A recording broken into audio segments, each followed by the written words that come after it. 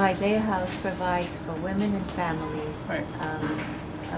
meals and We provide meals for everybody, everybody. 6 times a week, all comers at the Civic Center. And then we provide essentially 2 hots and a cot, or breakfast, dinner, and a place to stay for about 100 women.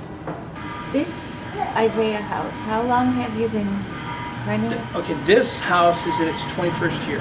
24? And I've been here for about 12. The homeless population has gone from being, say, 80% drug addicts, alcoholics, people with profound mental disorders, to 80% people like you and me. They're not broken down, they're not totally lost. They're just people like you and me that took one economic hit too many.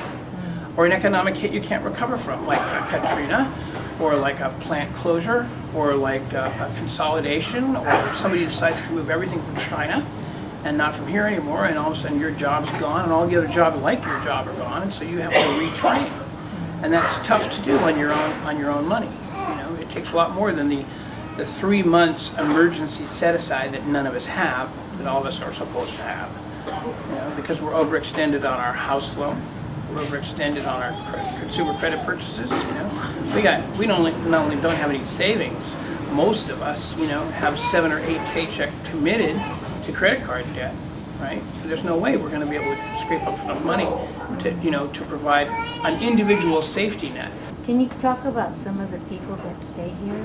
Yeah, it's like the most impressive and foreboding reality is that a lot of these people worked in the mortgage industry. A lot of these people were substitute teachers.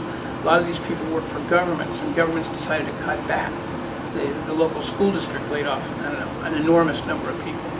And it's hard for them to get jobs at adjoining districts, because that's what already happened with all that plug of people. And now you have to kind of sell your home and move in order to get to another district that has work. There's a lot of regular people here.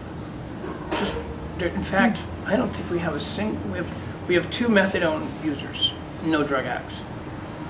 So, and the methadone users are on a county program of methadone maintenance, right? So they're not really drug addicts. It's like so different from when I started.